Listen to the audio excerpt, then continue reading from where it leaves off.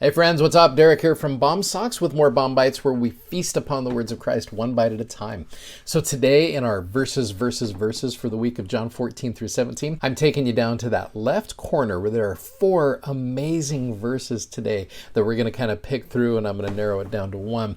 You got John 14 verse 21, which says, "He that hath my commandments and keepeth them, he it is that loveth me, and he that loveth me shall be loved of my Father, and I will love him, and I will manifest myself unto him." What a wonderful verse. As I was going through here, in John about 13 to 17, the word love is mentioned 34 times. I think Jesus, in his final message to his apostles, is trying to send home a message about love and kindness and goodness and where that love comes from and what you do with that love, which I think is awesome. The next verse here, John 14:26, one of my most marked verses in my scriptures.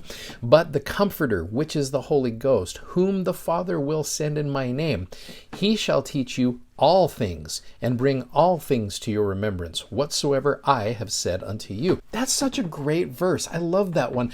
I'm playing that one through because this is not me, Derek. I can provide comfort, but I am not the comforter. One of the things we need to make sure when we are working with other individuals, we can provide comfort, but if you want ultimate comfort, let the comforter do what he does so well. He is going to be the one that's going to teach you all things and bring all things to your remembrance. I love how here's Jesus talking. Here's the apostles saying, look, when you're gone, what do? The Holy Ghost will bring all things to your remembrance. He will teach you all things, everything whatsoever I have said unto you. He's going to help you with that. I love that. What a wonderful message, which then leads us to the third verse, which is John 14:27.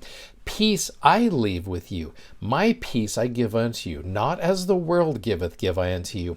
Let not your heart be troubled, neither let it be afraid." What a wonderful verse. That is such a great one. It's similar to that first one that we talked about yesterday in John 14:1. Then you've got this one right here, John 14:30.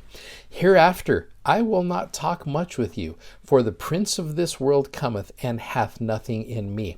Now I'm going to play kind of a dark horse here, and I'm going to play that one through, and that's going to be my second one for the day. These other verses are phenomenal. There are discourses, there are talks, there are complete lessons about those. They are wonderful. I want to play with this one for a second here. This idea of the prince of this world cometh and hath nothing in me. Here's Jesus Christ as he's getting ready to go into Gethsemane, basically saying, look, Satan is very much around and he is going to have impact on you. In fact, the footnote for the JST says, "For the prince of darkness," and this is referring to the devil, "who is of this world cometh, but hath no power over me, but he hath power over you."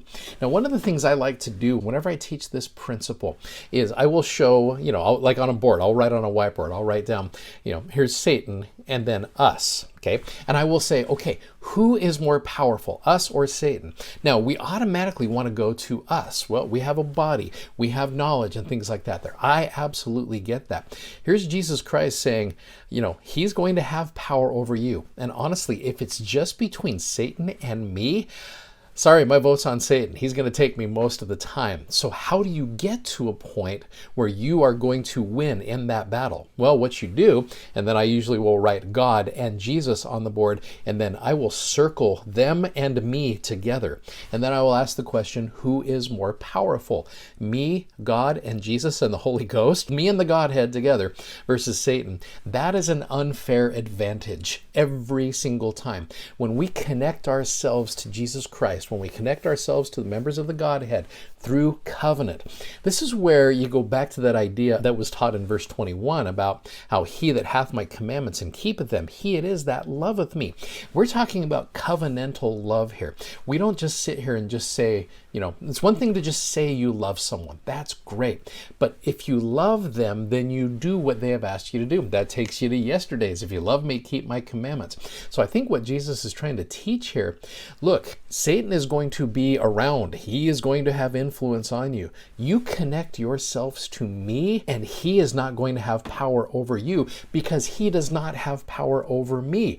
And so for me, that's kind of a no-brainer when you're looking at that. It's like, look, Satan and me, it's going to be him every time. I mean, I'm going to do my best. We're going to fight. We're going to make it look respectable. But the thing that is going to help you and I is connecting ourselves through that covenant, that covenantal love with Jesus Christ, which again, like I said, you're going to see love 34 times in these chapters. And so Jesus is trying to tell you what to do with that love as you connect yourself. And as you do that, the prince of this world will not have any power over you. He's going to try, but he's not going to have that power. I remember Elder Scott several years ago, Richard G. Scott, talked about how the more you do these things of righteousness, the more you read your scriptures and the more you say your prayers and the more you go to the temple, the more anxious Satan is to harm you, but the less will be his power to do so. That's why I believe what Jesus is trying to teach them here is like, look, I'm going to be leaving, but you connect yourself with me and God and with the Holy Ghost, and he, Satan, will not have any power over you. What a wonderful principle, and that's why I took that one through to be the second verse here in our verses here. I love this, and I love what's being taught here in these chapters, and this is just in chapter 14, where we have just scratched the surface of this. For the next couple days, we're going to hit some powerful chapters to continue this idea.